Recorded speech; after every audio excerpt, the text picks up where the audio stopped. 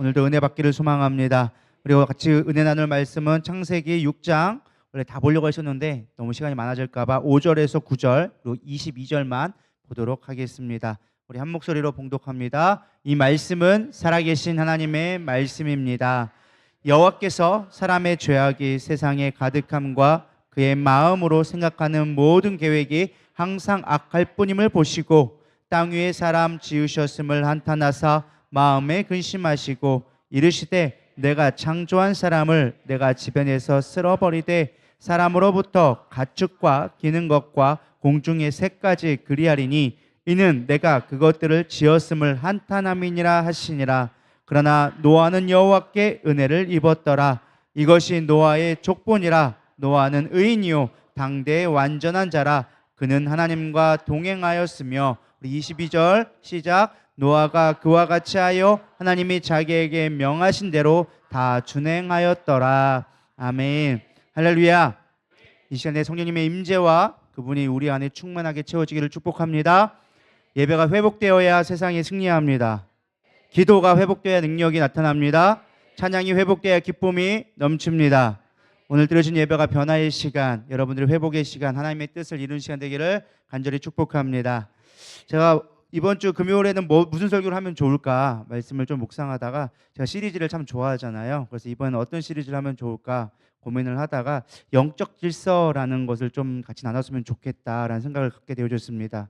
제가 요즘 성도님들과 가끔 대화를 하다 보면 사실 기도할 수밖에 없는 상황으로 하나님이 몰아가시는 것들을 종종 보게 됩니다. 하나님 왜 이렇게 몰아가시지? 도대체 원하시는 뜻이 무엇이지?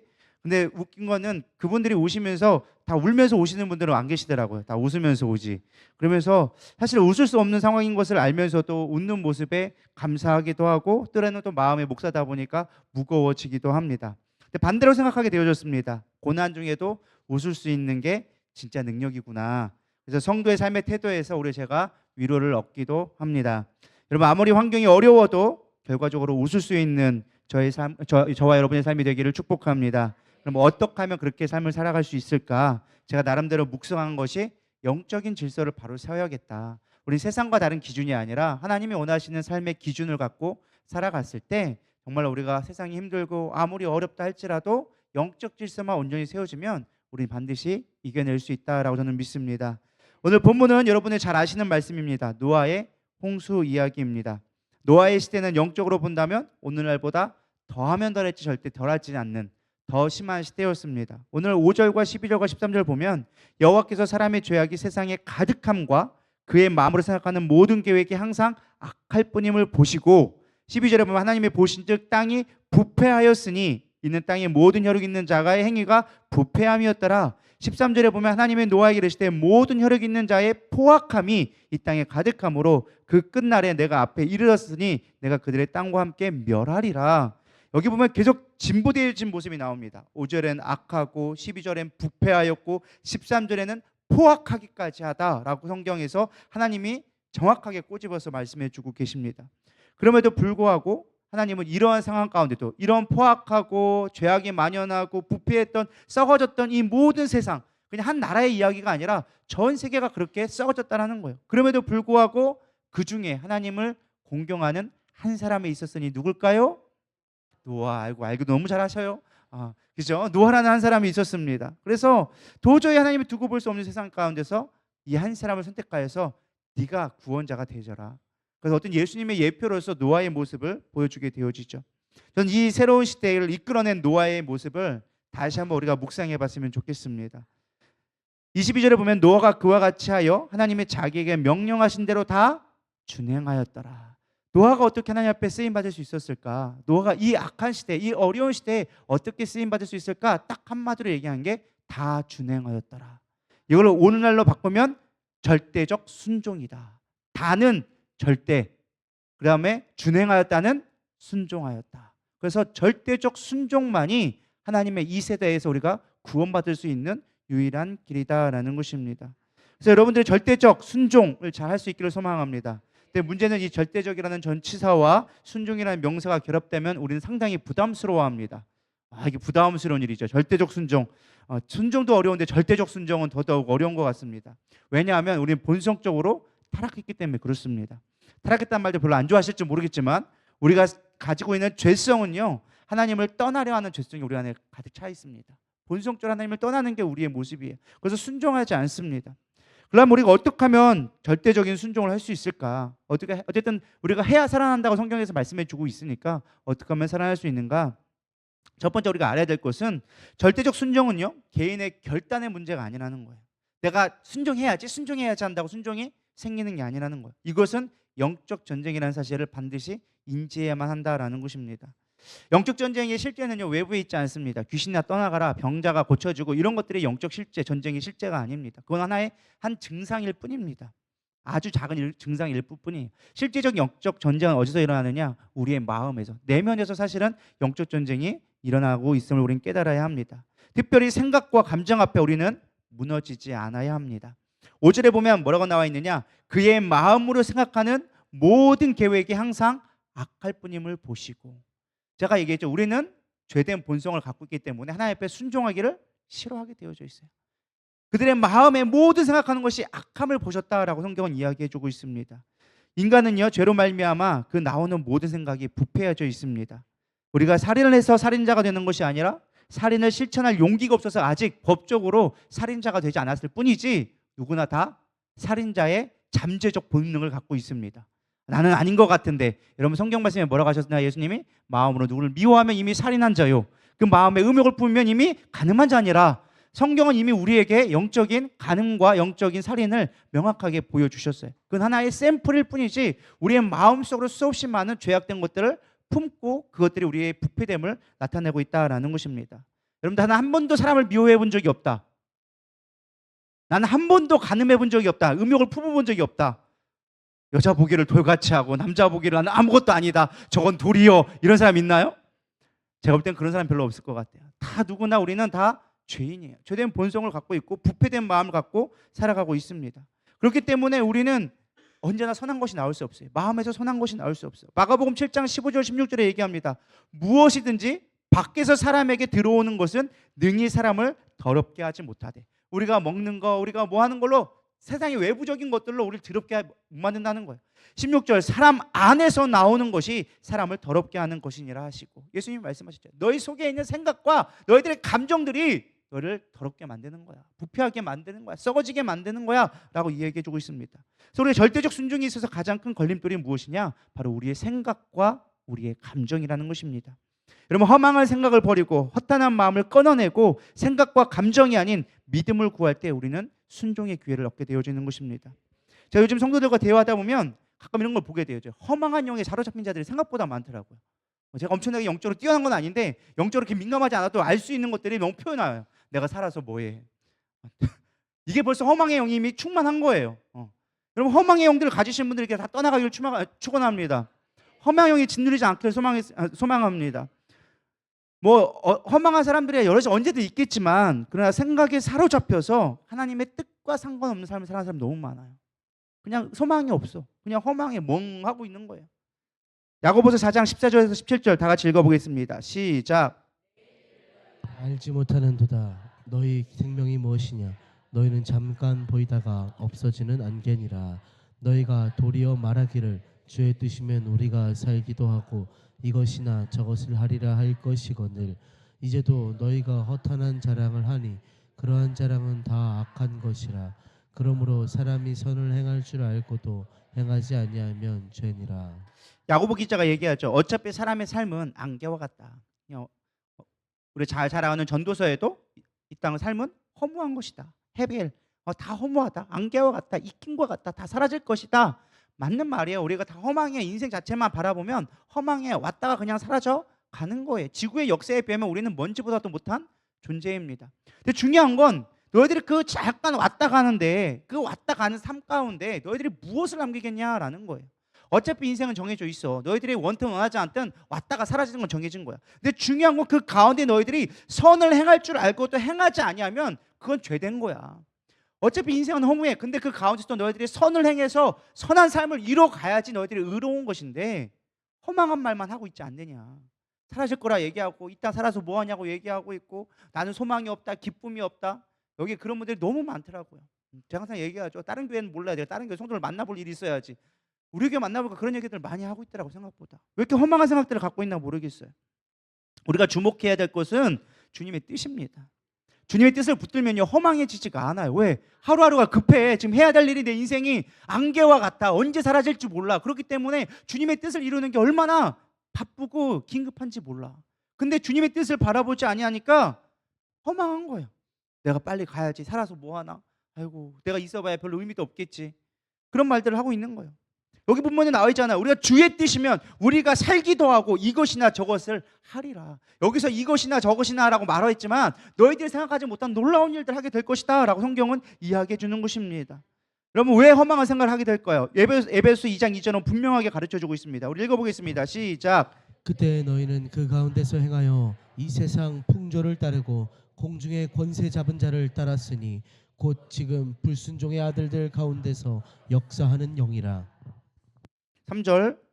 전에는 우리도 다 그 가운데서 우리 육체의 욕심을 따라 지내며 육체와 마음에 원하는 것을 하여 다른 이들과 같이 본질상 진노의 자녀이었더니. 우리가 허망한 생각을 하는 이유가 무엇이냐? 성경은 딱 명확하게 얘기해 주고 있어요. 너희들이 세상의 풍조를 따르고 권세 잡은 공중 권세 잡은 자들을 따랐기 때문에 너희들이 허망해질 수밖에 없다라고 이야기해 주고 있습니다. 결국 그 이 모든 것들은요 육체의 욕망을 따라 살아가는 그 모든 것들이 세상 풍조를 따르고 마귀에게 밥노릇할 수밖에 없다라는 것입니다. 세상의 풍조를 예를 들면 이런 것입니다. 소유가 행복하다라고 생각하는 것이 세상 풍조를 따라가고 있는 거예요. 내가 가진 것이 나를 행복하게 하는 다라고 믿는 것이 우리를 얼마나 허망하게 만드는지 모릅니다. 우리가 어떤 소유를 가지고 한 잠시적으로 기쁠 수는 있어요. 어떤 즐거움을 줄 수는 있어요. 그러나 그것 자체가 우리의 행복을 의미하지 않는다라는 것입니다. 좋은 집, 좋은 명품, 뭐 심지어 가족까지도 내 소유라고 여기는 순간 우리는 허망해지게 되어져 있습니다. 집도 차도 심지어 내 아내와 남편까지도 행복이 아니라 내 소유가 되는 순간 짐이 되어버리기 시작합니다. 여러분 집이 있다고 저도 처음에 엄청 행복했어요. 집이 있으니까 청소하기가 힘들어지기 시작하더라고요. 귀찮아지기 시작하고.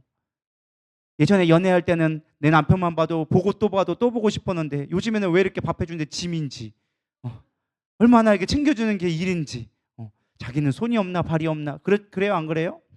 왜 그래요? 내 거라고 소유하는 생각 드는 순간 귀찮아지기 시작하는 거예요. 하나님이 주신 선물로 여기고 하나님의 것으로 관계로 여기게 됐을 때 우리는 행복해질 수 있는데 소유로 여기는 순간 우리는 불행해지게 되어져 있다라는 것입니다. 조금 더 심층적으로 보면 이 세상의 뒤에는 마귀가 있음을 여러분 깨달아야 한다라는 것입니다. 공중권세 잡은 악한 영들의 자를 따랐다라고 얘기해주고 있습니다. 세상을 따르게 만들고 영적인 분별을 잃어서 진정한 행복이 아닌 쾌락을 쫓는 삶으로 마귀는 우리를 끊임없이 이끌어가고 있다라는 것입니다. 여러분 마귀를 대적하기 위해서는 허망한 생각들을 버려야 되리라 믿습니다. 육체적 욕망을 끊어버릴 수 있기를 축복합니다. 세상을 따르고 마귀에게 틈을 주는 원인은요 결국 내 육체적 욕심을 따라가는 거예요. 육체적 욕심을 따라가는 거예요. 창세기 6장 2절 하나님의 아들들이 사람의 딸들의 아름다움을 보고 자기들이 좋아하는 모든 아내로 삼는지라라고 이야기해주고 있어요. 여기 보면 사람들이 아들, 신학적으로 보면 사람들이 아들이 누구냐, 사람의 딸들이 도대체 누구냐, 여기에 가인의 후손이냐, 여기에 누구의 후손이냐, 아니면 천사냐, 여러 가지 해석적인 부분이 있어요. 그런 거 다 떠내놓고 성경은 분명하게 얘기합니다. 하나님의 아들들이라고 불리는 믿음의 사람들이 세상의 아름다움에 빠져 자기 멋대로 취하니까 세상은 망해갔다라고 성경은 이야기해주고 있는 거예요. 여러분 우리 믿음의 사람들은요 육체적 욕망에 따라서 자기 멋대로 사는 사람들이 아니다라는 것입니다. 생각이 가는 대로 감정이 이끌린 대로 사는 것이 아니라 우리는 하나님의 뜻대로 살아야 되리라 믿습니다. 어찌 보면 이것은 선악과의 죄악을 반복하는 것이라고 볼 수 있습니다. 하와가 선악과를 보고 보암직도 하고 먹음직도 하고 그것을 따먹었더니 범죄하게 됐다는 거예요. 혼자만 죽나? 옆에 있는 남편까지. 남자들은 무슨 죄가 있다고 그냥 아내 말 잘 들은 것밖에 없는데 그냥 가부식기로 같이 죄악에 빠지게 되어지잖아요. 결국 마음이 원하는 대로 생각하는 대로 살아가는 것은 죄악된 결과를 가져온다라고 성경은 우리에게 가르쳐주고 있습니다. 그럼 어떻게 하면 허망한 생각을 버리고 하나님의 말씀에 절대적으로 순종할 수 있는가 좀 이제 깊이 살펴보려고 합니다. 첫 번째는요 하나님의 마음을 헤아려야 돼요. 우리가 허망한 생각을 버리고 하나님 앞에 집중하고 믿음으로 살기 위해서는 반드시 하나님의 마음을 헤아릴 수 있어야 돼요. 우리가 무엇을 생각하느냐? 하나님의 뜻을 생각할 수 있는 자가 되어져야 하는 것입니다. 하나님의 본체이신 예수님도 순종함을 배웠다라고 성경 우리에게 가르쳐주고 있습니다. 우리가 순종하기 위해서는 배워야 돼요. 믿으십니까? 순종은 내가 해야지 한다고 되는 게 아니에요. 배워야 되는 거예요. 우리 히브리서 5장 8절에서 9절 읽어보겠습니다. 시작. 아들이시면서도 받으신 고난으로 순종함을 배워서 온전하게 되셨은즉 자기에게 순종하는 모든 자에게 영원한 구원의 근원이 되시고. 아멘. 예수님도 순종을 어떻게 하셨다? 배우셨다라는 거예요. 하늘천 따지 하면서 달달달 외운다고 배워지는 게 아니라는 거예요. 고난 속에서 몸으로 겪어낼 때 순종은 이루어지는 것입니다. 요한복음 5장 30절은 얘기합니다. 나는 나의 뜻대로 하려 하지 않고 나를 보내신 이의 뜻대로 하려 함으로. 보내신 이의 뜻대로 내가 하기 위해서 몸부림쳤다라는 거예요. 예수님도 고난을 겪어내면서 그것들을 이겨내셨기 때문에 순종으로 하여금 온전함을 이뤄 가셨다라는 것입니다. 예수님 하나님의 본체세요. 하나님과 동일한 분이세요. 그럼에도 불구하고 하나님의 뜻을 이루기 위해서 순종하는 법을 스스로 학습하셨다라는 것입니다. 우리가 하나님의 뜻을 알 수 있는 방법은 하나님의 마음을 헤아려 보는 거예요. 순종할 수 있는 유일한 길은요, 하나님의 마음을 아는 거예요. 성경을 볼 때도 하나님의 시선으로 볼 수 있는 눈이 되기를 축복합니다. 기도할 때도 내 기도가 아닌 하나님의 시선으로 기도하기를 축복합니다. 그럼 분명 다른 기도가 나오게 되어져 있어요.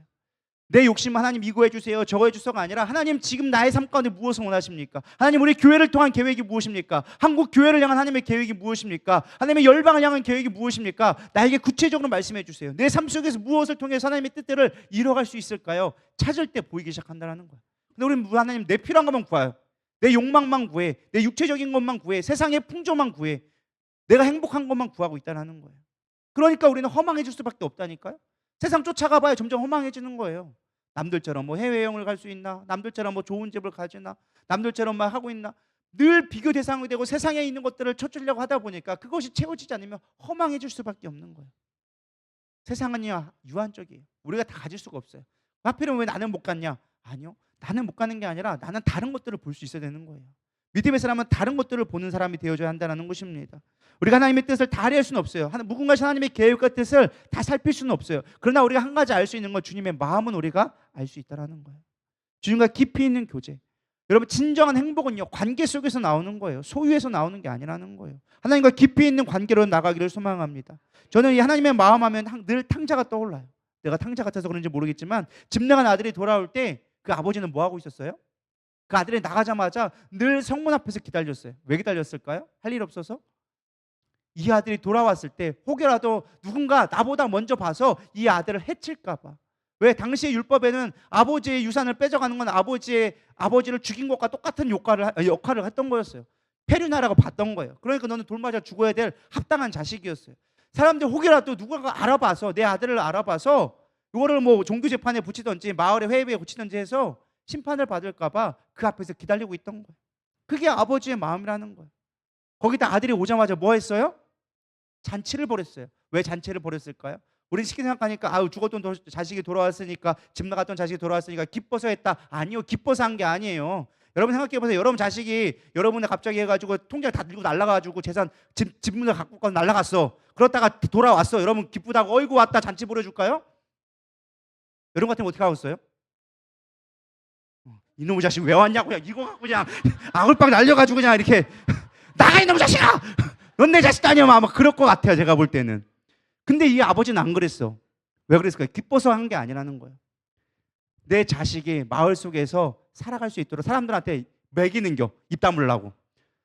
내 입 다물라고 입 먹이는 겨. 야 지금 너 소강아지 잡아가지고 빨리 잡여. 사람 말하기 전에 너 먹었으니까 너 아무 말 못하지. 야 거기 딱 뭘 할 것 같으니까 내 반지 끼워주는 거. 왜? 내 상속자예요. 건들지 마. 니들이 건들 자가 아니요. 건들지 마. 옷을 입혀. 왜? 귀한 자요. 내 신발을 신으면 너 신분이 상승자라는 거. 종이 아니라는 거예요. 그 아버지는 그 아들이 혹여라도 그 마을 사람들한테 해코지라도 당할까 봐 욕먹을까 봐 자신이 그 아버지를 위해서 친히 속에선 열불이 나지만 잔치를 벌여준 거예요. 그런 아버지 마음을 봐야지. 근데 중요한 건 우리가 꼭 큰아들하고 똑같아. 큰아들 뭐라고 했어요? 아버지 나는 항상 아버지 옆에서 온갖 일은 다 하고 했는데 내 친구들하고 놀 때 양 한 마리 안 잡아놓고 이제 와가지고 동생 왔다고 소를 잡아주고 송아지 잡아주고 이게 뭐 하는 겁니까? 나는 뭡니까? 막 얘기하죠. 아버지 마음이 어땠을까요? 그러자 안타난 마음으로 얘기하죠. 아들아, 야, 너가 나와 같이 있지 않냐? 내게 다 네 거, 네게 내 건데 뭘 그렇게 슬퍼하느냐? 이미 다 네 건데 뭘 문제야? 야, 죽었던 아들 돌아왔으니 내가 어찌 기뻐하지 아니하겠느냐? 그렇게 말씀해 주신 거예요. 이게 아버지의 마음이에요. 이게 하나님의 마음이라는 거예요. 우리가 하나님의 마음을 할 때 우리는 절대적인 하나님의 말씀에 순종할 수 있게 되어지는 거예요. 우리가 하나님의 말씀을 순종하지 못하는 건 하나님의 마음을 모르는 거예요. 왜 나에게 이런 걸 시켜요? 노아 봐보세요. 야, 너 지금 방주를 지어라. 야, 내가 이 땅을 멸하려 한다. 이 말씀하셨어. 근데 노아는 뭐 만약에 그 하나님의 마음을 몰랐다면 100년 동안 여러분 집 줘야 돼요. 사람들 미쳤다고 하고 산꼭대기에 배 짓고 있으면 저거 미친 것도 아니에요. 갑자기 산 위에서 뭐 100년 동안 배를 짓고 할 일 더럽게 없다 아마 그렇게 했을 거예요. 온갖 욕을 먹었겠죠. 그럼에도 불구하고 노아는 순종하는 거예요. 여러분 믿으십니까? 하나님의 마음을 알 때 우리는 순종하게 되어지는 거예요. 원망한 말 하지 말고 한탄한 말 뱉지 말고 뭐 해야 돼요? 하나님 마음 좀 생각 좀 해보세요. 지금 하나님의 날 향한 그 계획, 여러분의 자식이 여러분 앞에서 나 못 살고 있어요, 나 빨리 죽었으면 좋겠어 이렇게 얘기하면 여러분 마음이 편할까요? 그래 빨리 죽어라 이놈의 자식아, 너 같은 거 필요 없어 이렇게 일학할 부모가 없다라는 거예요. 하나님 우리를 향한 계획이 있어, 뜻이 있어. 근데 우리는 맨날 하는 말이 나 허망해 죽겠어요, 나 못 살겠어요, 나 빨리 가야죠, 내가 살아서 뭐해요? 이런 허망한 생각들만 가지고 있다면, 세상의 풍조를 따라가고 있다면 주님의 마음이 어떻겠냐라는 거예요. 주님의 마음을 살펴볼 수 있기를 소망합니다. 예수님의 마지막 기도가 뭐였어요? 나의 뜻대로 마옵시고 아버지 뜻대로 하옵소서. 예수님이 그걸 몰라서 그랬을까요? 아니요. 예수님이 땀방울이 핏방울이 되기까지 간구하시고 예수님이 눈물을 흘렸다는 말이 3번 나오는데 그게 언제냐? 나사로가 죽었을 때 마지막 예루살렘 십자가 지면서 예루살렘 보면서, 그리고 마지막 기도할 때 예수님이 3번 눈물을 흘렸다고 성경에 기록되어져 있어요. 마지막 눈물 흘릴 때 하나님 나 이거 진짜 안 하면 안 될까요? 딱 막 눈물을 흘리면서 애걸복걸했어. 예수님께서 나 이거 안 하면 안 될까요? 안 하면 안 될까요? 근데 마지막 기도가 뭐였어요? 나의 뜻대로 마옵시고 아버지 뜻대로 하옵소서. 왜요? 하나님 아버지의 마음을 아니까. 내가 죽지 아니하면 이 온 인류가 구원받지 못하니까 내가 너무 두렵고 아프고 힘들고 그걸 뻔히 알지만 오히려 너무 잘 알아서 문제였지. 우리같이 모르면 그냥 죽는가 보다 하고 가는데 다 아니까 너무 두려우셨어. 그럼에도 불구하고 하나님 아버지의 마음을 아니까 그 길을 갈 수 있었던 거예요. 절대적 순종이 거기서 나오기 시작하는 거예요. 여러분 우리가 절대적 순종이 필요하리라 믿습니다. 절대적 순종할 수 있는 방법은 무엇이냐? 은혜를 구해야 되는 거예요. 이 절대적 순종은요, 내가 할 수 없는 일이에요. 내가 감히 상상할 수 없는 일이고 내가 감히 생각도 하지 못한 일들 하나님 우리 가운데 때로는 요구하실 때도 있어요. 근데 8절에 보면 나와 있죠. 그러나 노아는 여호와께 은혜를 입었더라. 여호와께 은혜를 입었다. 은혜는 참 우리가 쉽게 생각하지만 은혜는 가벼운 이야기가 아닙니다. 제가 설교 준비하고 막 지쳐있을 때 가끔 제가 지난주에 목장모임 갔는데 어떤 분들이 얘기하시더라고요. 목사님 요번 주에 은혜 많이 받았어요 라고 했는데 제가 너무 고맙더라고요. 그 모든 수고와 헌신들의 그 시간들이 왠지 보상받는 것 같아서 되게 기분 좋고 커피라도 한 잔 사주고 싶었었어요. 그래서 커피 드시고 싶은 분들은 저에게 말씀해 주시면 됩니다. 목사님 은혜 많이 받았습니다. 그러면 커피가 있을지도 모릅니다. 근데 저는 중요한 게 저에게는 사실은 그게 기쁜 말이지만 사실은 저는 은혜를 베풀 만한 능력이 없는 자예요. 은혜는요, 절대적인 주권과 능력을 가신 하나님만이 베풀 수 있는 절대적인 것이 은혜입니다. 그래서 은혜는 하나님의 무조건적인 사랑이요, 그분의 한없는 희생으로만 가능한 것이 은혜다라는 것입니다. 받을 자격 없고 행위와 능력으로 얻을 수 없는 구원이라는 것을 우리에게 베풀어 주신 것이 은혜입니다. 내 노력과 상관없습니다. 일방적인 사랑과 희생이었습니다. 노아가 받은 은혜는 바로 이러한 은혜였어요. 방주를 지어라. 이 땅을 멸할 하나님의 뜻을 알게 하셨고 그 뜻을 준비할 길을 열어주셨습니다. 그것이 은혜였습니다. 감히 상상할 수도 없는 것이고 준비할 수도 없는 것은 하나님은 하라고 하신 거예요. 우리가 볼 때는 전혀 말이 안 될 것 같고 하나님 왜 이런 걸 나에게 시키셨어요? 이런 걸 나에게 왜 하라고요? 하는 것조차도 하나님의 은혜다라는 것입니다. 여러분 우리가 절대적 순종할 수밖에 없는 것, 하나님의 은혜를 입어야만 가능한 것입니다. 은혜를 알면 예배가 가벼워지지 않습니다. 왜냐하면 나는 예배 드릴 수 없는 자였기 때문입니다. 교회를 절대로 판단할 수 없습니다. 성도를 함부로 비방할 수 없습니다. 왜냐하면 교회가 그리스도의 몸이요 성도가 그 몸을 이루는 지체이기 때문입니다. 우리 구원의 완성은요, 교회를 교회되게 하는 것이기 때문에 하나님의 은혜를 받은 자는 교회를 판단할 수가 없는 거예요. 그래서 우리가 은혜를 입어야만 모든 상황과 생각과 뜻이 바뀌게 되어지는 거예요. 똑같은 것을 보아도 전혀 다르게 보이는 것, 그것은 온전한 은혜를 입을 때만 가능한 것입니다. 그저 우리의 귀에 듣기 좋은 거, 내 마음에 맞는 것만이 은혜가 아니라 하나님의 절대적인 은혜를 경험해야지만 절대적인 순종을 할 수 있는 것입니다. 세상 사람들에게 노아의 방주 짓는 것은요, 미친 짓거리였습니다. 장래의 일을 알게 된 노아는 그것이 사실이라는 것을 믿었고 방주를 만들도록 구체적인 설계도를 주신 것이 하나님의 은혜일 수밖에 없었던 것입니다. 하나님의 세밀함은 선택받았다는 그 은혜의 증거였습니다. 여러분 근데 그것이 쉬운 건 아니었습니다. 100년이라는 시간 동안 지켜야 됐어요. 세상적으로 보면 그거는 고행의 시간입니다. 미친 짓입니다. 근데 여러분 만약에 정말 여러분 가운데 내가 앞으로 10년 뒤에 이 땅을 멸하려고 하니까 너 삽 들고 와가지고 땅 파고 땅으로 들어가라 이 땅이 앞으로 핵 전쟁이 나가지고 이 땅이 다 멸하게 될 것이다. 너는 10년 동안 땅만 팔아. 여러분, 그게 은혜일까요? 은혜가 아닐까요? 은혜가 아닐 것 같아요? 여러분, 살 수 있는 유일한 길인데, 여러분들 생각을 안 해보시니까 별로 모르겠는데, 여러분 그걸 알 수 있는 것만 해도 엄청난 축복이라고 저는 믿습니다. 그냥 우리는 살다가 죄악 가운데 살다가 그냥 어느 순간 확 갈 수가 있다라는 거예요. 근데 하나님은 노아를 선택하셔서 노아에게 이 땅은 곧 멸하게 될 것이다. 이 땅의 패역함을 내가 보았다. 그러니까 너는 이제부터 방주를 만들어서 사람들을 구원하도록 네가 준비하라고 우리에게 미션을 주신 거예요. 불가능한 미션이었어요. 노아는 상상도 못했을 일입니다. 이전에는 듣도 보도 못한 일이었어요. 내가 이 땅을 멸하리라. 이전까지 안 망했는데 뭘 언제 망해? 물로 내가 심판하리라. 뭐 물이 어디서 나온다고 갑자기 물로 망해? 상상도 못한 일을 하나님께서 명령하셨어요. 그럼에도 불구하고 노아는 절대적으로 순종했어요. 순종하니까 그 가족은 살아날 수 있었다라는 것입니다. 여러분, 우리가 은혜 받으면 바쁘다고 약속 있다고 부부싸움 했다고 예배 빠질 수가 없습니다. 왜요? 핏값을 주신 하나님의 귀한 예배이기 때문에. 은혜를 값없이 여기니까 마귀의 밥이 되고 허탕한 소리 나고 비방의 말이 나고 원망하고 좌절하고 불평하고 짜증내고 미워하고 질투하는 거예요. 은혜가 있으면 그런 것들은 다 사라지게 되리라 믿습니다. 왜 전도가 안 되냐고요? 가족권 하고 싶은데 말을 안 듣는다고요? 아니요. 우리가 믿음 없는 예배를 드리니까 세상 사람들, 심지어 내 가족들도 믿지 않는 거예요. 은혜를 값없이 여기지 않으니까, 영혼이 없이 드리니까 믿음 없는 죽은 영혼이 와서 예배를 드리는데 그거를 보도 못하고 하나님의 계심을 알지도 못하고 느낄 수 없는 그 사람이 이 공간에 와서 무엇을 보고 가겠냐라는 거예요. 내가 적어도 예수님이 계시다, 하나님이 계시다 알 수 있는 통로가 무엇이냐? 나의 표정과 나의 말과 나의 행실이 하나님의 계심을 알 수 있는 증거가 되는 거예요. 내가 영혼이 없어. 내가 예배에 대한 감격이 없어. 은혜가 없어. 근데 누가 그걸 보면서 예배 내가 예수 믿을게라고 얘기하겠냐는 거예요. 그렇지 않을까요? 여러분들이 불신자라고 생각해 보세요. 뭐 때문에 교회 나오겠어요? 뭐 때문에? 내 돈 들여 4시간 내서. 왜 나와요? 나올 이유가 없어. 세상에 즐거움이 훨씬 많어. 세상에 좋은 게 훨씬 많어. 내가 외롭다고 교회 나온다고? 아니요. 정신과 가면 세상 모임 좋은 거 너무 많아. 내가 하고 싶은 활동, 동아리 가면 너무 많아. 친구들, 세상 하면 너무 많아. 교회 와서 그런 거 얻으려고 하지 마세요. 우린 교회 와서 은혜 받아야 되는 거예요. 은혜 받아야 해결되는 거예요. 내가 은혜 받고 내 영혼이 하나님에 대한 온전히 닿았을 때 그 모든 것들이 해결되어지는데 우리는 교회 와서 다른 것들을 추구하고 있는 거예요. 사람들과의 만남을 추구하고 뭐 여기 와가지고 좋은 소리 듣고 가고 내 마음에 위로나 얻고 사람들에게 인정받고 이런 거 추구해서는 우리가 하나님 앞에 온전한 은혜를 누리지 못하는 거예요. 은혜가 없으니까 헛소리만 하고 있는 거예요. 여러분, 은혜 받기를 축원합니다. 전도가 안 된다고요? 내가 먼저 은혜 받아야 돼요. 교회 데려오는 게 장땡이 아니라는 거예요. 그럼 진짜 중요한 건 내가 예배자가 되어줘야죠.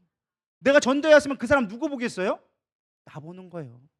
나를 보고 여기 드리는 사람들의 우리가 이 드리는 예배의 모습을 보고 그 사람의 마음을 여는 거예요. 믿으십니까? 처음엔 이상하겠죠. 저 사람들 뭐 하는겨? 왜 저렇게 뭐 부르는데 이렇게 즐거워야? 뭐 하는데 이렇게 이렇게 열심히야? 우리 안에 그런 모습들이 나타날 때 그들은 그거 보고 궁금해하기 시작하는 거야. 도대체 뭐지? 뭐지? 아니 분명히 내가 힘든 상황을 뻔히 아는데 기뻐해. 뭐지? 그게 나 보여야 되는데 없어. 우리는 은혜가 없어. 그냥 와서 앉아있다가 그냥 구원받았다고 생각하니까 왔다 갔다만 하고 있는 거예요. 여러분, 은혜 받기를 축원합니다. 저도 수없이 노력해봤는데 은혜는 사실 말로 한다고 되는 게 아니더라고요. 깨달아지지 않더라고요. 아무리 설교를 해도 깨달아지지 않더라고요. 말씀은 알겠는데, 말씀은 목사님 말씀 옳아요, 좋아요, 아멘, 동의해요. 근데 중요한 건 나랑 무슨 상관인데. 항상 끝은 이거야. 은혜가 임하면 무슨 말을 해도 여러분들은 하나님의 마음이 울컥울컥되리라 믿습니다. 제가 지난주에 이제 간증을 됐는데 그냥 이런 말씀을 하시더라고요. 예배 왔는데 그냥 나도 모르게 마음이 그냥 뭔가가 찡 하더라고. 뭔가 울컥울컥 하더라고. 그게 은혜가 임하기 시작하는 거예요. 나는 모르겠는데 내 안에서 뭔가 반응하기 시작하는 거야. 영이 살아나기 시작하는 거야. 생명이 나기 시작하는 거야. 그게 은혜를 받기 시작하는 거야. 그럼 나도 모르게 눈물이 나기 시작하고 나도 모르게 찬양이 나오기 시작하고 그 좋은 말씀을 해도 사실 못 알아듣던 게 그냥 무슨 말을 해도 다 아멘 아멘 하기 시작하고. 근데 우리가 그런 것들이 사라지기 시작하는 거예요. 왜? 은혜가 모르니까. 은혜를 모르니까. 은혜를 깨닫기를 소망합니다. 그래야 절대적 순종이 가능해요. 그래야 영적 질서가 세워지기 시작하는 거예요. 그래야 삶이 변화가 되기 시작하는 거예요. 세상 탓할 게 아니라는 거예요. 환경 탓할 게 아니라는 거예요. 내가 지금 안 된다고 원망할 때가 아니라는 거예요. 하나님의 뜻이 보이기 시작하는데, 하나님의 날 향한 계획이 보이기 시작하는데, 그게 은혜라는 거예요. 무엇보다 우리가 또 은혜를 위해 받았다면 사명을 포기하지 않아야 된다라는 것입니다. 노아는 100년이나 방주를 만들었습니다. 여러분, 순종한다는 것은요, 실제적인 수고와 노력과 헌신이 따릅니다. 구체적이고 실제적인 수고가 귀찮고 대가 지불하기 때문에 우리가 순종을 어려워하지만 그 수고와 대가가 반드시 보상받는다라는 믿음이 있으면 우리는 절대적 순종을 하게 되어져 있습니다. 우리 갈라디아서 6장 9절 다 같이 읽도록 하겠습니다. 시작. 우리가 선을 행하되 낙심하지 말지니 포기하지 아니하면 때가 이름에 거두리라. 순종하는 자는 반드시 그에 합당한 보상이 있게 되어져 있습니다. 내 계획과 타이밍이 다르다 하여도 여러분 포기하지 않는다면 반드시 거둠을 믿으시길 바랍니다. 사실 노아에게 주신 하나님의 말씀은요, 정말 말도 안 되는 이야기였어요. 아까도 얘기했지만 단 한 번도 없었던 사건이에요. 지구 역사상 단 한 번만 있었던 사건인데, 그 전에는요, 노아의 시대 이전에는 한 번도 없던 사건이었어요. 한 번도 없던 사건. 비슷한 사건이라도 있었다면 아마 노아도 추측은 했을 거예요. 야, 막 예를 들어서 지금처럼 막 홍수가 많이 나가지고 막 집이 쓸려 가고 막 이런 것들을 경험해 봤다면, 아, 하나님이 홍수를 한다면 이렇게 쓸어 가겠구나 추측이라도 해볼 수 있을 거예요. 근데 한 번도 그런 일이 없었어. 근데 와가지고, 야, 내가 물을 내가지고 이 땅을 다 잠기게 할 거야. 이 땅을 내가 멸해버릴 거야. 아니, 경험을 해봤어요. 뭐 우리가 상상을 하지. 여러분, 아프리카 사막을 한번 가보셨나요? 그리고 물론 TV에 요즘에는 TV가 봐가지고 아프리카 사막 하면 떠오르겠지만, 그곳에 느낀 그 뜨거움을 여러분 감히 모를 거예요. 가본 사람만 아는 거예요. 그래서 제가 그랜드 캐니언을 가봤거든요. 여러분, 제가 아무리 설명한데도 그랜드 캐니언에 대한 감동이 없을 거예요. 왜? 안 가봤으니까. 가보면 알게 되어져요. 가면 딱 하는 말이, 진짜 평지를 가다가 여기 그랜드 캐니언 어디 있다고, 야 5분이면 도착합니다. 뭐 없는데 뭐를 어디 있다라는 거예요. 내리는 순간 우와 이게 돼요. 딱 차에서 내리는 순간 어딘데? 우와 여기 어떻게 가? 이렇게 된다니까요. 경험하면 알 수 있어. 근데 노아 시대 때는 경험을 못 해봤어. 상상을 할 수가 없는 일들이 벌어진다는 거예요. 근데 노아는 그거를 믿고 갔다라는 거예요. 절대적인 믿음이 절대적인 순종을 이끌어낼 수 있다라는 것입니다. 우리는 뭔가 경험한 것만 하려고 그래요. 내가 뭔가 경험되어야지만 그것이 하나님의 뜻이라고 생각해요. 아니요, 절대적인 믿음, 절대적인 순종에서만 나올 수만 있다라는 것입니다. 우리는 결론을 알기에 노아의 믿음이 당연히 그렇게 했다라고 쉽게 생각하는데요, 여러분, 노아에 비해 우리는 아주 심플한 믿음을 요구하는데도 우리는 나와 상관없는 이야기라고 생각합니다. 여러분처럼 여러분한테 뭐 100년 동안 배 지으라고 한다면 지으실 거예요? 우리 담임 목사님 할지도 모를 것 같아요. 해야 된다 해놓고서는 이 목사야 빨리 가서 뭐 나무 베어라 아마 그럴지도 모를 것 같긴 한데, 지을 수 있을 것 같긴 해요. 중요한 건 우리가 그런 믿음이 있냐라는 거예요. 하라면 할 수 있는 믿음이 있냐라는 거예요. 하나님이 쓰시는 건 절대적인 순종 가운데 절대적인 믿음을 요구하게 되어져 있어요. 여러분, 그 믿음의 송가되기를 소망합니다. 알렉산더 대왕이 있었대요. 가장 강력한 군사로 세계를 정복할 절정기에 이뤘을 때 알렉산더가 한 성을 점령하게 되었다고 합니다. 근데 그거는 계곡 속에 있다가 양 끝은 이제 절벽으로 되어져 있어서 난공불락의 비록 작았지만 난공불락 성으로 유명했던 곳이었습니다. 그래서 알렉산더 대왕이 이제 전쟁을 치러 갔는데 어마어마한 대군을 끌고 갔을 거 아니에요. 근데 협곡사에 있다 보니까 끌고 갈 수 있는 군대가 많지 않은 거예요. 그래서 몇백 명을 데리고서는 그 성문 앞에 가서 얘기합니다. 나 알렉산더인데 너 나와봐. 이거 나왔어요. 성전 나가서 뭐냐 하고 해서, 야, 항복하면 내가 목숨만을 살려줄게. 빨리 항복해라고 얘기했는데 막 웃는 거예요. 야, 여기는 양쪽에 절벽이고, 옛날 유럽 가보면 성 보면 항상 절벽이 있어요. 가보신 분들만 아셔. 가면은 밑에는 한없이 높은 절벽에다가 그 꼭대기에 꼭 산을 져놨어. 그리고 가는 길은 또 꼭 외길만 있어. 그래가지고 절대 못 들어온다. 네가 아무리 마음 10만 대군이 와도 여긴 절대 못 넘어뜨리니까 꿈도 꾸지 말라. 빨리 돌아가라고 막 얘기하는 거예요. 그래서 알았다, 너 두고 봐라. 그러더니만 알렉산더 뒤로 갔더니만은 갑자기 앞에 있는 군사들에게 얘기하는 거예요. 앞으로 전진하기 시작하는 거예요. 근데 앞에 절벽이 있는 거야. 근데 뭐라고 하느냐? 앞으로 돌격. 어떻게 됐을까요? 앞에 다 죽었어. 근데 중요한 건 뭔지 아세요? 그 성주가 놀라기 시작하는 거예요. 말 한마디에 죽음이 앞에 보이는데도 돌격할 수 있는 군대가 있다면 여기는 얼마나 되지 함락되지 않을 것이다. 직감적으로 한 것이죠. 실제로 몇 번의 전투하지 않고 그 성은 무너졌다라고 역사적에 기록되어져 있습니다. 우리 삶이 너무 허망하고 감당할 수 없는 것처럼 다가온다 한다면 그것이 너무 나에게 큰 것처럼 다가온다면 때로는 우리가 허망한 것처럼 보이지만 여러분 절대적인 하나님 말씀에 순종하며 나갈 수 있는 저런 되기를 소망합니다. 때로는 우리 가운데 너무 어려운 문제가 되게 단순할 수가 있어요. 단순할 수 있는데 우리가 그걸 너무나 복잡하게 생각하는 거야. 아까처럼 생각 속에 꼬리에 꼬리를 물고 감정에 휘몰아쳐서 문제가 너무 커져 보이는 거야.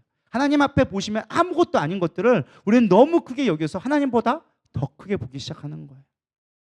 여러분 우리가 때로는 하나님 말씀에 절대적으로 순종해 보세요. 하나님 말씀은 절대 어렵지 않아요. 야 어려우면 기도해. 할렐루야. 어려우면 기도하세요. 힘들면 기도하세요. 안 될 것 같죠? 그 시간이 안 끝날 것 같죠? 막 1년, 2년씩 안 끝날 것 같죠? 내가 볼 때는 10년 엄청 길어버리죠? 노아는 100년 했다니까요. 100년. 100년. 그에 비하면 우리는 10년 아무것도 아니잖아요. 10년은커녕 1년도 아무것도 아니잖아요. 근데 우리는 1년도 엄청 길다고 언제까지 이럴 거냐고. 우리는 노아에 비하면 아무것도 아니라니까요. 여러분 절대적인 믿음과 전체적인 순종하기를 소망합니다.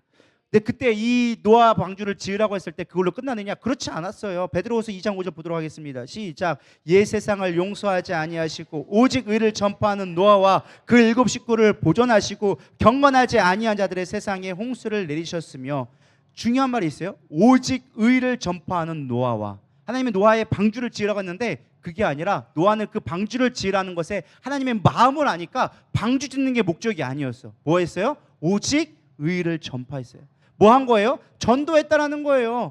여러분 하나님이 심판하신답니다. 빨리 노아의 방주에 들어오셔야 합니다. 얼마 남지 않았습니다. 얼마 남지 않았는데 100년이 흘렀네.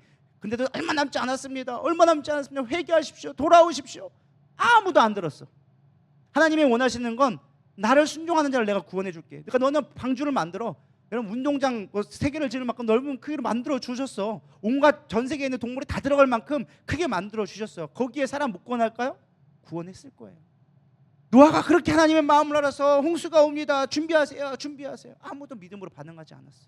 믿음으로 반응하지 않으니까 믿음으로 순종할 수가 없었던 거야. 그 말을 들었다면 구원 받았을 거예요. 하나님이 심판해서 우리는 이 땅이 멸망했다 생각하지만 아니요. 하나님이 심판한 게 아니라 세상 사람들이 믿지 않았기 때문에 심판당한 거예요. 믿으십니까? 우린 착각하지 말아야 돼요. 하나님이 안 믿는 자는 벌 주시는 분이야 이런 게 아니라는 거예요. 우리에게 구원의 길을 주셨어. 우리가 듣지 않고 믿지 않기 때문에 그 역사가 나타나지 않는 거야. 하나님의 능력은 이미 동일하게 우리에게 말씀해 주고 계세요. 동물 2마리, 정결한 동생 7마리, 7쌍씩 태워라. 하나님은요 동물 하나하나까지 비둘기 1마리까지 또 계산해서 다 구원할 수 있도록 보내주셨어. 그런 하나님이 하나님의 형상을 닮은 인간을 구원하기 원하지 않으셨을까요? 아니에요. 구원하기 원하셨어요. 그 마음을 노아는 너무 잘 알았던 거예요. 어떻게 보면은 100년을 지었던 게 아마 전도하다가 내가 볼 때 시간 다 간 것 같아. 아무리 뭐 노아가 뭐 힘없고 가족들하고 지으면 그 배 한쪽 짓는 거 3쪽짜리 짓는 거 내가 볼 때 10년 잡아도 넉넉 지을 수 있을 것 같아. 아무리 기술 없다 할지라도 뭐 지금처럼 뭐 전동기구 없다 할지라도 톱으로 쓸고 뭐 하면 내가 볼 때는 10년이면 지을 것 같아. 근데 하나님은 100년이라는 시간을 두셨어. 왜요? 구원하려고. 우리가 순종할 수는 딱 하나예요. 하나님의 마음 알고 하나님의 은혜에 입어서 순종하면 구원 받는 거예요. 불순종의 결과는 사망이라고 분명하게 우리에게 말씀해 주고 있습니다. 말씀을 마치고자 합니다. 여러분 영적인 질서가 세워져야 우린 참된 복음을 경험하게 됩니다. 복음은 예수 믿고 천국 가는 것으로 끝이 아니에요. 복음은 우리의 삶의 가치가 영원한 천국에 있음을 알고 이 땅에서 다른 삶을 살아가는 거예요. 고난이 없다는 말이 아닙니다. 이 땅의 행복을 추구하지 말자 이런 말이 아닙니다. 복음은 이 땅에서 하나님을 경험하고 살아감으로 하나님을 온전히 알게 되는 것입니다. 영적인 우선순위가 하나님께 있음을 알게 될 때 우리는 이 땅에 지어진 순수한 목적과 하나님과 더불어 영원한 사랑의 연합을 알게 되어지는 거예요. 진정한 행복은 관계 속에 나타나는 거예요. 하나님과 연합 속에 있을 때 그분을 절대적으로 신뢰할 수 있는 관계가 되어졌을 때 우리 이 땅의 문제들을 하나님 앞에 맡길 수 있게 되어지는 거예요. 우리 하나님 앞에 문제를 맡기지 않아. 이거 해결해주면 안 돼요? 이거 도와주면 안 돼요? 땡깡 쓰는 거지 하나님과 깊이 있는 관계를 맺으려고 하지 않아. 하나님과 관계되어지면 자동으로 해결되어지는데 우리는 그 관계의 중요성을 잃어버리고 배 만드는 것만 목적이 되어져 있어요. 나 구원받으면 안 돼요? 나 이거 구원해주면 안 돼요? 어떤 방법만 추구하고 있는 거예요. 하나님과 친밀해지세요. 은혜를 입으세요. 그게 우리 살아가는 길이라니까요. 영적인 질서를 먼저 세우세요. 목적을 좀 바꿔지지 마 제발 좀. 목적이 뭔가를 분명하게 알아야지. 그래야 해결되는 건데 목적이 딴 데가 있어. 제밥에만 관심 있고 제사는 관심이 없네. 우리 신앙생활 그렇게 하고 있다니까. 우리는 절대적 순종을 살펴보았습니다. 하나님은 노아에게 우리의 시선과 생각은 도저히 감당할 수 없는 것들을 명령해 주셨어요. 근데 그것은 가만히 살펴보면 하나님의 은혜였고 하나님의 구원의 반석이었습니다. 노아가 세상이 약하고 부패하고 포악하였음에도 하나님 말씀에 절대적으로 순종하고 생각 속에 있는 것들을 대적했기 때문에 그는 새로운 세상을 볼 수가 있었습니다. 여러분, 새로운 삶을 보기 원하십니까? 노아를 생각하시며 믿음으로 나가기를 소망합니다. 가나안 혼인잔치에 보면은 종들이 나옵니다. 예수님이 말도 안 되는 요구를 합니다. 항아리에 물을 채워라. 그것도 아구까지 채워라. 하나도 아니고 6을 채워라. 명령하셨습니다. 지금 호라는 손님들이 가득 차 있습니다. 잔치 한창 절정기에 포도주가 떨어졌습니다. 가장 중요한 거 떨어졌습니다. 지금 이 비상 상황 가운데 딴 데서 빌려와도 바쁠 가운데 이 종들은 아무 말 하지 않고 시키는 대로 합니다. 왜요? 혼주가 시키는 대로 하니까. 예수의 말을 들어라 라고 얘기했으니까. 그들은 그 말을 자기들이 책임지지 않고 하나님 앞에 맡겼어요. 주인이 혼주가 알아서 하겠지. 우리는 종이니까 시키는 대로만 하면 돼. 물을 떠다주면 되는 거고 포도주를 떠다주면 되는 거야. 그거는 내가 책임질 일이 아니야. 주인이 책임질 일이지. 종들은 걱정하지 않았어요. 그냥 물을 떠들라니까 떠다 담았고 떠서 갖다 주라니까 갖다 줬어요. 왜? 내 책임 아니니까. 근데 놀라운 일이 벌어지기 시작했어요. 절대적으로 순종하고 하나님 앞에 나갔더니 물이 변화해 포도주가 되기 시작한 거예요. 문제가 해결되기 시작했어요. 하나님이 우리에게 원하시는 건 딱 하나예요. 야, 네 인생 네 거라 생각하지 마. 네 소유라고 생각하지 마. 네 인생 내 거야. 네가 나의 자녀가 되어주고 나의 백성이 되었다면 너는 내 거야. 내가 피값 쓰고 산 내 자녀야. 왜 네 인생 네가 책임지려고 그래? 내가 책임질 거야. 넌 내 말만 듣고 순종하면 돼. 그러면 내가 네 인생 책임져 줄 거야. 이게 하나님의 말씀이에요. 근데 우리는 항상 내가 잘났다고, 내 인생 내 건데요? 내 마음대로 할 건데요? 엄마 말 듣기 싫은데요? 아빠 말 듣기 싫은데요? 여러분, 절대적 순종이 때로는 억울해 보이고 나의 인격이 상하는 것 같고 이게 손해보는 것 같고 내 이성과 논리는 판단이지 않는 것 같지만, 그러나 절대적 순종할 때 그 가운데 하나님의 놀라운 계획을 바라보게 되리라 믿습니다. 지금 힘듭니까? 두렵습니까? 인생이 허망하십니까? 영적 질서를 세우세요. 영적 질서를 세우세요. 허탄한 데 마음 두지 마시고 오늘 이 말씀이 여러분 마음 가운데 울림이 됐으면 좋겠습니다. 저는 그저 전할 뿐이에요. 며칠간 고민하고 또 고민하고 수없이 많이 설교를 듣고 하나님 어떤 말씀을 전해야 될까요? 사실 다른 설교도 준비했었어요. 근데 요즘에 제가 성도들하고 얘기를 하다 보니까 허망한 게 너무 많아. 허탄한 게 너무 많아. 소망 없는 말들만 너무 많이 해. 하나님, 영적 질서가 세워져야겠습니다. 무엇이 우선인지를 모르네요. 저부터도 그러네요. 뭐가 우선인지 모르네요. 우리가 무엇이 우선인지 알게 하여 주시옵소서. 그 우선인 삶을 살기 위해서는 절대적인 순종이 필요합니다. 하나님의 말씀에 절대적인 믿음이 필요합니다. 하나님, 부어주시옵소서. 은혜 주시옵소서. 우리 이 시간 찬양팀 나와서 같이 찬양하도록 하겠습니다. 안개날 가리워 찬양하면서 우리 가사를 생각하면서 우리 같이 고백하도록 하겠습니다. 뒤에 불 좀 꺼주시고요.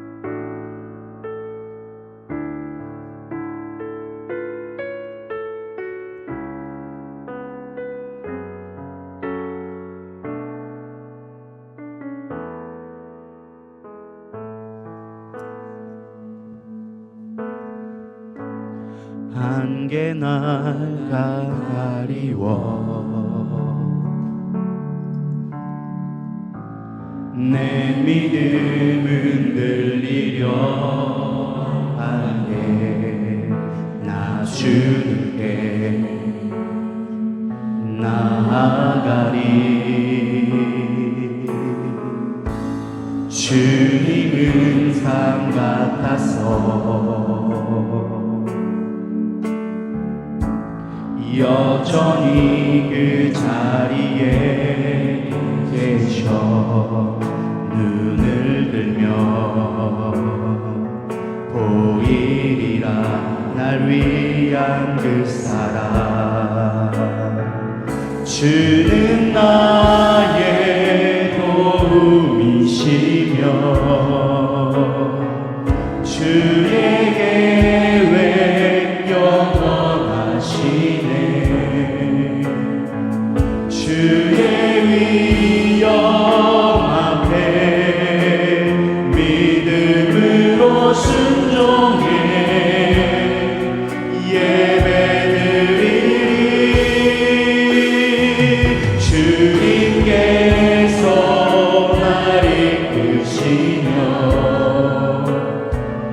주가 항상 함께 하시네.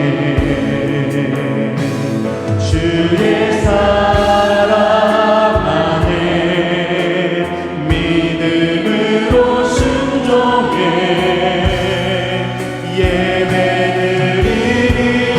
예배드리니 영원히. 다시 한번 고백합니다. 함께 날 가리워, 함께 날 가리워, 내 믿음은 드리려 함께 나 주님께 나아가리. 주님은 산 같아서 여전히 그 자리에 계셔 눈을 들며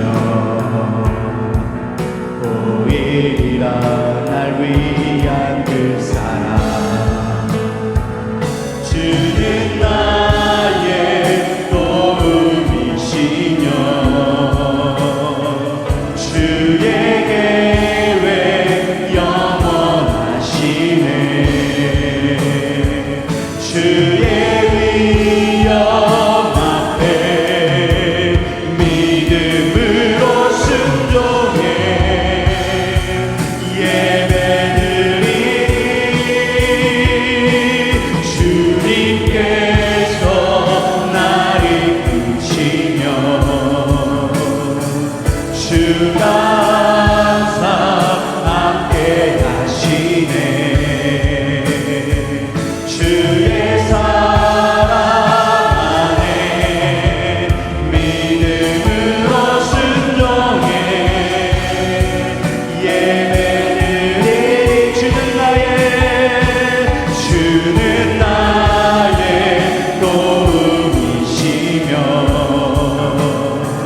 주의 계획 영원하시네. 주의 위엄 앞에 믿음으로 순종해 예배드리니 주님께서 주가 항상 함께 하시네. 주의 사랑 안에 믿음으로 순종해